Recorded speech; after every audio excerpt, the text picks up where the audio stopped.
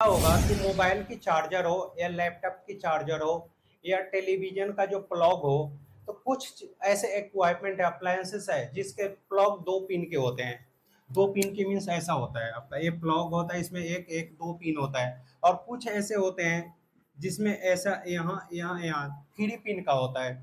तो जो प्लास्टिक की मटेरियल होता है, जो प्लास्टिक का होता है, जैसे मोबाइल आजकल प्लास्टिक का आ रहा है, तो मोबाइल का जो चार्जर होता है आपका टू पिन होता है।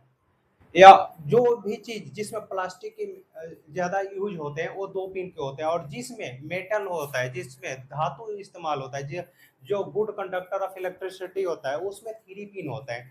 जो तीसरा पिन होता है ऊपर वाला, यूं ऐसा जो ऊपर वाला पिन होता है, ये आपका क्या होता है, अर्थ का होता है। अर्थिंग क्या होता है कि अगर बाय डिफॉल्ट उसमें कोई प्रॉब्लम आ जाए, तो करंट जो होगा उसकी बॉडी से अर्थिंग के द्वारा जमीन में चला जाएगा, जिससे करंट ना लगेगा इंसानों को।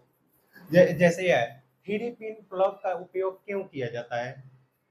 टीवी, फ्रिज, जैसे टीवी में, फ्रिज में, आयरन में, जितने भी बड़े होते हैं, अप्लायंसेस होते हैं, उसमें आपका थ्री पिन होता है। कंप्यूटर में भी, फ्रिज जैसे उपकरणों में थ्री पिन प्लग का उपयोग अर्थिंग ग्राउंडिंग के लिए किया जाता है।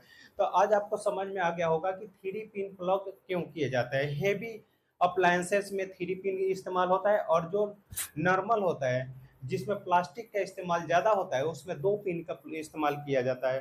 दो पिन में आपको अर्थिंग की ज़्यादा संभावना नहीं होता, ज़्यादा ज़रूरत नहीं होता, उसमें लाइव वायर जो होता है ना न्यूट्रल होता है।